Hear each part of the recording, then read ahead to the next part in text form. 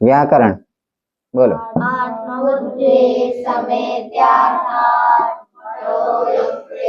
વિવક્ષયા માહવંતી.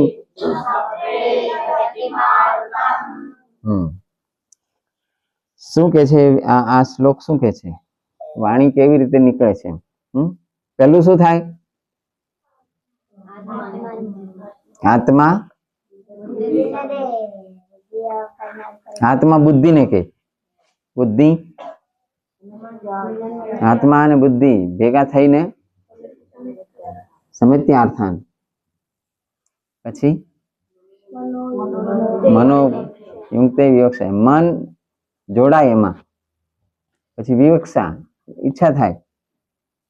શેની ઈચ્છા થાય? બોલવાની. પછી શું થાય? કાયાગ્નિ, અંદર જે અગ્નિ સળગતો હોય, અગ્નિ સળગતો હોય, મને કાયાગ્નિ આહવંતી, એને આહવાન કરે. ત્યાં એટલે અગ્નિ સળગે ત્યારે જે અવાજ આવે ને, તમે આમ ભડકો થાય, ખબર છે ભડકો થાય તે અવાજ આવે. મને કાયાગ્નિ આહવંતી. પછી સપ્રેરિત અગ્નિ સળગે એટલે મારુતમ, વાયુ, હવા ચાલવા માંડે. અગ્નિ જ્યાં સળગે ત્યાં હવા ચાલવા જ માંડે. ગરમ થાય ને વાયુ એટલે આમ ઉપર ચડવા માંડે. ઉનાળામાં જોયું છે? પછી એમ એ વાયુ ગરમ થઈને ઉપર ચડવા માંડે તો એટલે મૃગજળ પેદા થાય, દૂરથી દેખાય. હવે રોડ ગરમ થઈ ગયેલો હોય ને, ડામર રોડ, આમ દૂર દૂર દૂર તમે જુઓ તો આમ હાલતું એવું લાગે ને પાણી જેવું.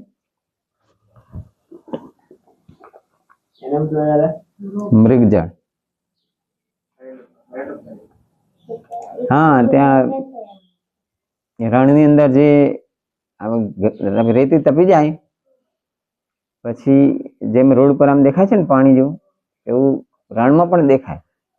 રણમાં જે મૃગ હોય ને એ જુએ ને તો એને એ પાણી હોય એવું લાગે, એટલે ત્યાં દોડે પાણી પીવા સારું કરીને. એવી વાત છે એમ. પણ ત્યાં જાય ત્યારે એ પાણી હોય ખરું? એટલે એવી જે વાત હોય ને, કોઈ પણ એવી વસ્તુ કે એવી કે જે તમને દેખાય ખરી દૂરથી, પણ ત્યારે જાઓ ત્યાં જાઓ તો એ મળે નહીં એમ. દાખલા તરીકે લોટરીમાં એવું હોય ને કે પહેલા એવું આવતું, હવે તો અહીં પહેલા ગુજરાતની પણ લોટરી ચાલતી, સરકાર પોતે ચલાવતી. ગુજરાત સરકાર ₹1ની ટિકિટ લેવાની અને 1 મહિના પછી દર મહિનાની અમુક તારીખે એનો ડ્રો થાય અને બહાર પડે.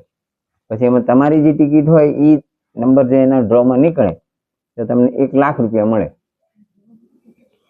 એટલે ₹1 લાખ રૂપિયા એને લોટરી કહેવાય. એ લાગે ખરી? લાગે કોક લોકોને, રેર લોકોને લાગે, પણ આમ સામાન્ય રીતે એને ઝાંઝવાના જળ કહેવાય. કે તમને આમ આશા હોય કે જડશે જડશે, પણ જડે બડે નહીં કશું. અત્યારે આપણે સંધિ શીખીએ છીએ. પેલા સ્વરથી સ્વર જોડાય એને કઈ સંધિ કહેવાય? યણચી ખરી, યણ સંધિ ખરી, પણ અચ સંધિ નો ભાગ છે. અચ સંધિ એટલે સ્વર થી સ્વર. અચ એટલે સ્વર. એ કેટલાને ખબર પડી? અ થી ચ સુધી એમાં બધા આવી ગયા. પછી આ થી આ જોડાય, ઈ થી ઈ જોડાય, આવા બધા. અ થી આ જોડાય, એ બધી અચ સંધિ કહેવાય. અચ સંધિ 5 પ્રકારની છે. એના સૂત્ર એટલા છે. પેલું ઈકો યણચી, બીજું એચો યવા, પછી બીજી છે અકસ સવર્ણે દીર્ઘ, ત્રીજી. આ ત્રીજી. પછી ચોથી છે ગુણ સંધિ, આદ ગુણ, અને 5મી છે વૃદ્ધિ રેચી, એટલે ગુણ થાય અને વૃદ્ધિ થાય. ગુણ અને વૃદ્ધિની વ્યાખ્યા પહેલા સૂત્રમાં જ આવી જાય છે. વૃદ્ધિરાદૈચ એવું આવતું હતું. અદૈ ગુણ. એટલે આ બધી સંધિ છે એ સ્વર સંધિ છે. સ્વર થી સ્વર જોડાય તો. પછી હલ સંધિ આવી. હવે હલ થી હલ જોડાય. હલ એટલે ખેતરમાં ખેડવાનું નહીં. હલ એટલે વ્યંજન. એટલે એક વ્યંજન થી બીજો વ્યંજન જોડાય તો અલગ અલગ જાતની સંધિ બને. એમાં પહેલી સંધિ છે આપણે કાલે જોઈ હતી, ચુનાશ્ચુહ. આ જોયું તું ને? દંતી સ હોય તો કયો સ બની જાય? તાલવ્ય. પછી ત હોય તો શું બની જાય? થ હોય તો ચ બની જાય. તથ દધન ચ છ જ તનો ચ બને. થનો છ બને. એવી રીતે થાય. આને કહેવાય ચુનાશ્ચુહ.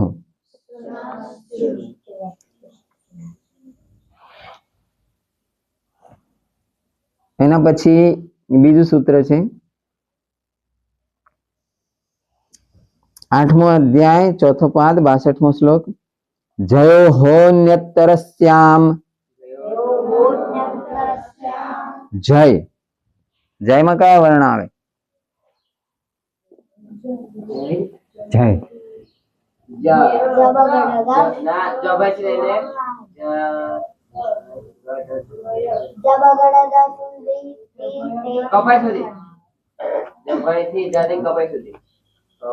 બોલો. પેલો જ, પછી પછી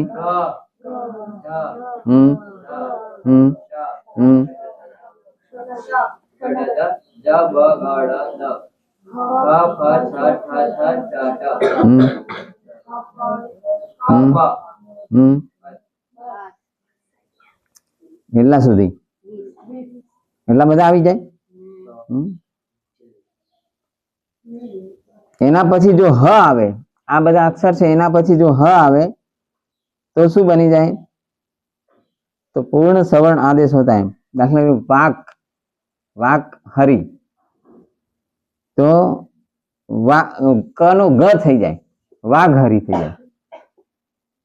સંધિ કરો. વાક એટલે હરી એટલે બરાબર, વાક હરી, વાઘ હરી થઈ જાય. કાના બદલે ગ બની જાય. તમે આમ જલ્દી જલ્દી બોલવા માંડો ને, સંધિ એટલે જોડી દેવું. એ બે ભેગા કરીને તમે બોલો ને તો એમને મેં તમને ખબર પડે કે આ ક નો ગ થઈ ગયો. થાય છે? બોલો છે. થઈ જાય છે? કૃતજ્ઞસિંહ સમજણ પડે છે?